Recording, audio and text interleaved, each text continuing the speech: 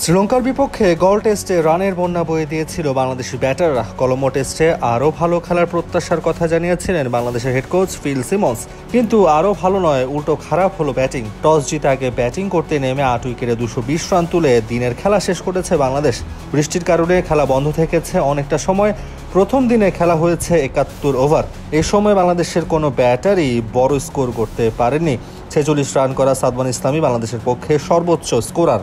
কলম্বোর Sinhalese sports club মাঠে toss জিতে batting করার সিদ্ধান্ত নেন বাংলাদেশ অধিনায়ক নাজমুল হোসেন শান্ত। ইনিংসের শুরুতে এনামুল হক বিজয় আরও হতাশ করেছেন। গল টেস্টের 2 ইনিংসের মতো আজও বাজেভাবে আউট হয়েছেন 0 রানে। দ্বিতীয় উইকেট জুটিতে মুমিনুল হকের সঙ্গে জুটি গড়ার চেষ্টা করেছেন সাদমান ইসলাম অনিক। মুমিনুল বড় স্কোর করতে পারেনি, 39 বলে 21 রান করে ফিরেছেন।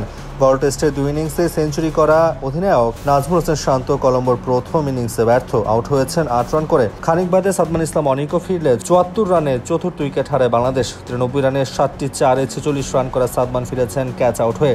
এরপর মুশফিকুর রহিম, লিটন দাস, মেহেদী হাসান মিরাজ সবাই উইকেটে সেট হয়েছেন, কিন্তু বড় ইনিংস খেলতে ব্যর্থ সবাই। 56 বল খেলে 2টি চার 1টি ছক্কার সাহায্যে 34 রান করা লিটন উইকেটের পেছনে ক্যাচ দিয়েছেন। মুশফিকুর রহিম মেহেদী হাসান মিরাজকে নিয়ে বেশ ভালোই আগাচ্ছিলেন, কিন্তু হুট করে স্লগ সুইপ করতে গিয়ে ক্যাচ দিয়েছেন ব্যক্তিগত 35 রানে।